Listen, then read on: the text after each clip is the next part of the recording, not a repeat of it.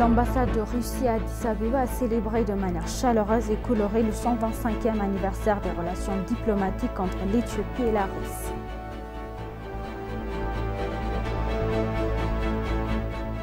L'Abad dit avoir les opérations de soutien avec 1,3 milliard de dollars en Éthiopie.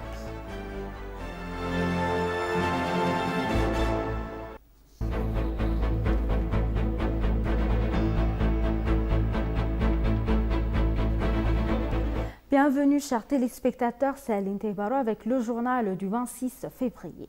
L'ambassade de Russie à Addis Abeba a célébré le 125e anniversaire des relations diplomatiques entre l'Éthiopie et la Russie en présence de l'ambassadeur de différents pays du corps diplomatique et de hauts responsables gouvernementaux. L'ambassadeur de Russie en Éthiopie, Evgeny Terekin, a déclaré que la célébration contribuerait de manière significative à renforcer davantage les relations du gouvernement à gouvernement et du peuple à peuple entre l'Éthiopie et la Fédération de Russie des pays historiques liés. À plus. L'Éthiopie et la Russie coopèrent depuis plus d'un siècle dans les domaines des relations bilatérales commerciales, de développement économique et qui visent sur le renforcement des capacités ainsi que sur les questions régionales et internationales, étant main dans la main et restant de véritables partenaires dans les gouvernements successifs. En présence des ambassadeurs de plusieurs nations, des membres de la communauté diplomatique et de hauts responsables gouvernementaux, l'ambassade de Russie à Addis Abeba a commémoré de manière colorée le 125e anniversaire des relations diplomatiques entre l'Éthiopie et la Russie. Selon l'ambassadeur de Russie en Éthiopie, Evgeny Terekin, la commémoration est importante pour le renforcement des liens de gouvernement à gouvernement et de peuple à peuple entre l'Éthiopie et la Fédération de Russie, deux nations historiquement entrelacées. Des images, des copies de photographies, des copies de lettres et d'autres artefacts illustrant les relations diplomatiques centenaires des deux nations étaient exposés lors de l'anniversaire. À cette occasion, l'ambassadeur de Russie en Éthiopie a félicité le gouvernement et le peuple éthiopien à l'approche du 127e anniversaire de la magnifique victoire d'Adwa. L'ambassadeur Terekin a déclaré que la victoire d'Adwa a non seulement démontré la puissance et le leadership de l'Éthiopie à l'époque, mais a également ouvert la voie à la lutte pour l'indépendance dans d'autres pays africains, établissant le soutien de la Fédération de Russie à l'Éthiopie à l'époque. S'exprimant lors de l'événement, l'ambassadeur Echatet Lahoun, directeur général des affaires européennes et américaines au ministère éthiopien des Affaires étrangères, a déclaré que l'Éthiopie et la Russie se sont toujours engagés à renforcer leur coopération séculaire dans les forums multilatéraux et à protéger leurs intérêts d'une manière qui soit compatible avec leurs relations cordiales. Plus précisément, à travers ses positions à plusieurs reprises, telles que les questions du grand barrage de la Renaissance éthiopienne, le soutien au triomphe d'Adwa et bien d'autres qui pourraient être nommés, l'ambassadeur Echatet a noté que le gouvernement de la Fédération de Russie a d'excellentes connaissances de la situation en Éthiopie. Le directeur général a souligné que le gouvernement éthiopien est reconnaissant à la Fédération de Russie pour toutes ses contributions, en particulier pour avoir maintenu sa position inébranlable tout au long de la lutte du pays dans le nord et pendant les moments difficiles de l'Éthiopie, pendant la bataille d'Adwa. En 1898, peu après la bataille d'Adwa, l'Éthiopie et la Fédération de Russie ont établi des relations diplomatiques. Une attention particulière a été accordée au renforcement des liens industrie-université afin d'atteindre l'objectif fixé dans le secteur industriel en Éthiopie selon le ministère de l'Industrie. S'exprimant lors d'un forum de discussion organisé par l'université Unity, le ministre de l'Industrie Malako Al-Label a déclaré que le renforcement des relations entre l'industrie et le monde universitaire est crucial pour atteindre les objectifs nationaux fixés dans le secteur manufacturier. Selon lui, les industries ont un déficit de compétences et ce déficit pourrait être comblé lorsque les établissements d'enseignement supérieur et les industries travaillent ensemble. L'activité initiée par Unity Université à cet égard est une voie que d'autres universités devraient suivre. Il a souligné que le ministère avait lancé il y a un an la campagne intitulée « Laissez l'Éthiopie produire » pour soutenir les liens entre les industries et les universités, en plus de faire en sorte que l'industrie existante utilise leur pleine capacité de production. Le manque d'entrants, de finances, d'infrastructures, de main-d'œuvre qualifiée, de services et de soutiens gouvernementaux sont les facteurs sous-jacents, a déclaré le ministre. Le ministère prévoit d'augmenter l'utilisation des capacités de 50% à 85% d'ici 2030. Environ 150 étudiants de l'Université Unity étaient présents à la discussion et des interactions similaires se poursuivront avec d'autres universités dans le but de résoudre les problèmes du secteur et de stimuler l'industrialisation.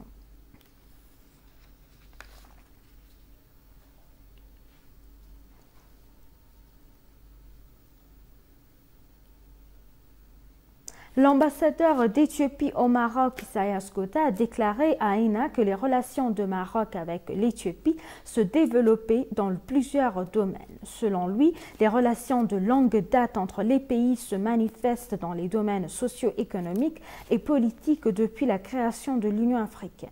Les relations bilatérales sont enracinées du fait que les deux pays sont parmi les fondateurs de l'Union africaine, a-t-il ajouté. La relation entre les deux pays passe des relations politiques à un partenariat économique dans plusieurs domaines d'investissement et de relations sociales.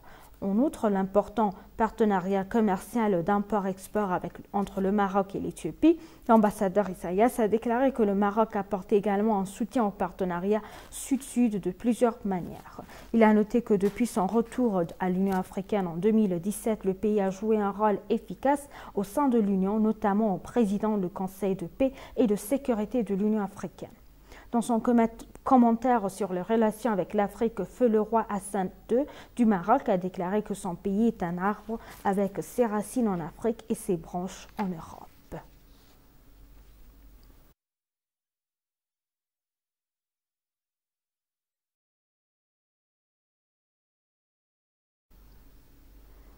Le ministre des États des Affaires étrangères de l'Éthiopie, l'ambassadeur Msgano Arega, a rencontré Stephen Auer, ambassadeur d'Allemagne en Éthiopie.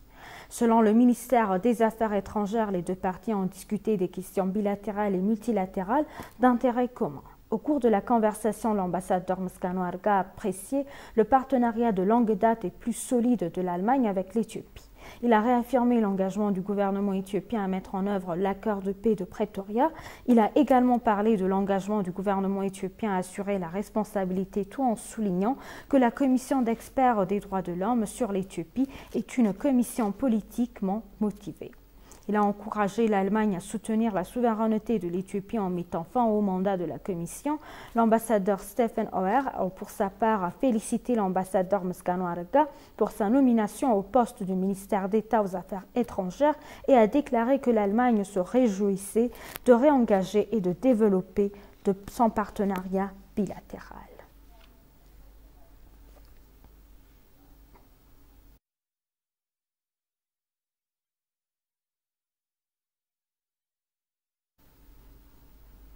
De même, le ministre d'État des Affaires étrangères de l'Éthiopie, l'ambassadeur Msgano Arega, a rencontré Jandry Ferreiras dos Santos, l'ambassadeur du Brésil en Éthiopie.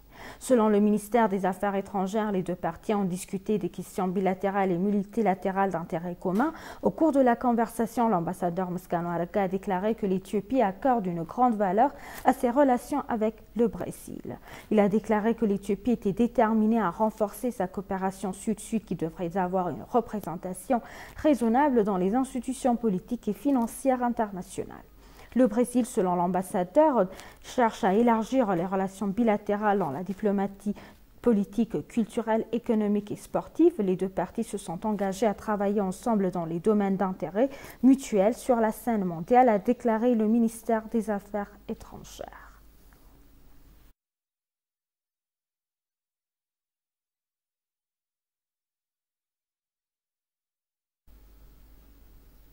Divers universitaires ont déclaré que les Éthiopiens peuvent faire ce que les gens pensent qu'ils ne peuvent pas faire lorsqu'ils sont unis, comme l'a démontré la bataille d'Adwa. Dans une interview exclusive avec ENA, des chercheurs ont déclaré que les Éthiopiens pourraient redevenir un bon exemple pour l'Afrique s'ils suivaient la forte unité de leurs ancêtres pour défier l'oppression. Matasabia Weldaragay a les détails. La bataille d'Adwa est un facteur pressant pour toutes les minorités noires en tant que moteur du mouvement panafricaniste dans le monde. Selon les universitaires approchés par ENA, la victoire d'Adwa est également une motivation pour l'indépendance de nombreux pays africains, mais n'est pas bien reconnue par l'Occident.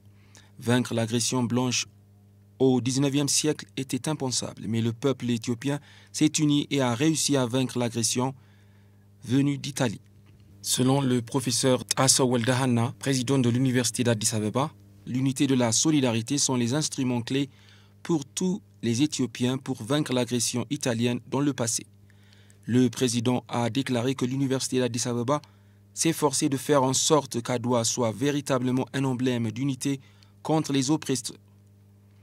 Mais l'effort ne suffit pas et il reste beaucoup à faire, a-t-il souligné.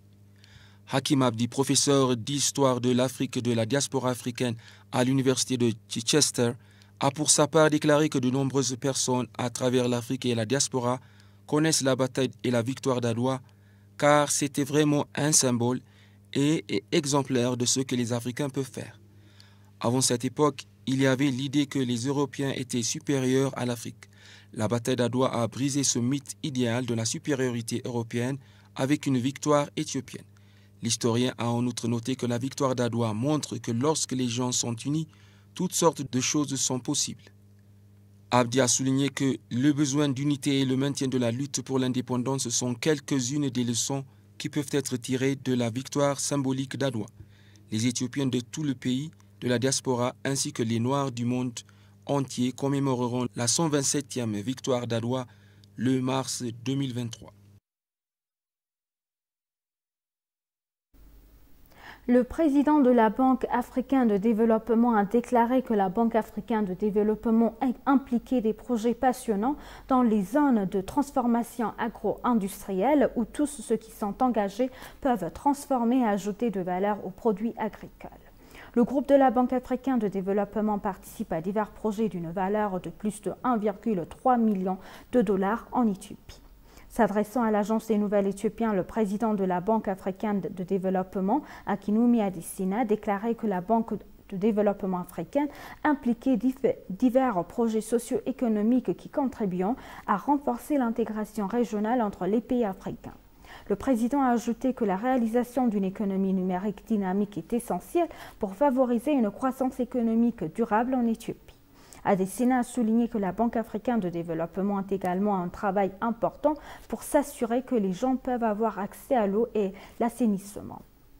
Selon le président de la Banque africaine de développement, entreprend d'énormes réussites en Éthiopie dans le secteur agricole aligné sur le travail de la Banque africaine de développement pour nourrir l'Afrique. Il convient de rappeler que la Banque a pour mission de lutter contre la pauvreté et d'améliorer les conditions de vie sur le continent en favorisant l'investissement de capitaux publics et privés dans des projets et programmes susceptibles de contribuer au développement économique et social de l'Afrique.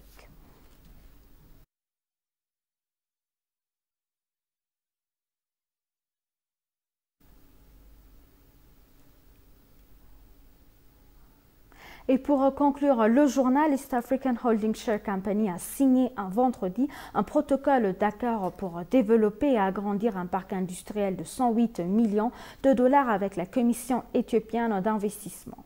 Le parc industriel qui devrait accueillir la fabrication, la transformation des produits agricoles et de nombreux autres secteurs sera construit et agrandi sur 100 hectares de terrain dans la ville de Bishoftu. Le sous-commissaire à l'investissement Daniel Tarissa et le PDG de East African Holding Share Company, Burruwalde, ont signé le protocole d'accord. Le sous-commissaire a déclaré lors de la cérémonie de signature que la Commission s'emploie à promouvoir l'économie de pays et promouvant les options d'investissement, notamment en attirant les IDE et en établissant un système permettant aux promoteurs des parcs privés de participer largement au secteur de développement des parcs industriels. Selon lui, le parc industriel qui sera construit et agrandi jouera un rôle important dans la création d'une revitalisation économique et contribuera grandement en créant des opportunités d'emploi et en encourageant les exportations. Le président de East African Holding Share Company, Buzoyo Tadela, a déclaré que la société indigène a joué un rôle important dans la création des vastes opportunités d'emploi et dans l'option de devises étrangères. Le projet, qui devrait être finalisé dans les 4 prochaines années, créera 15 000 emplois et renforcera les exportations, a-t-il ajouté. C'est selon l'ENA.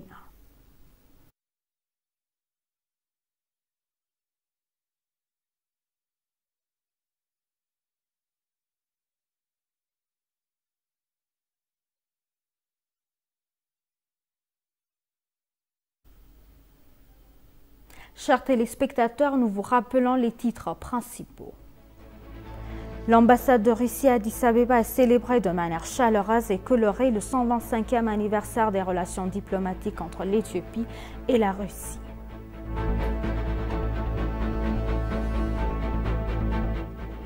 La Banque de développement africaine dit avoir des opérations de soutien avec 1,3 milliard de dollars en Éthiopie.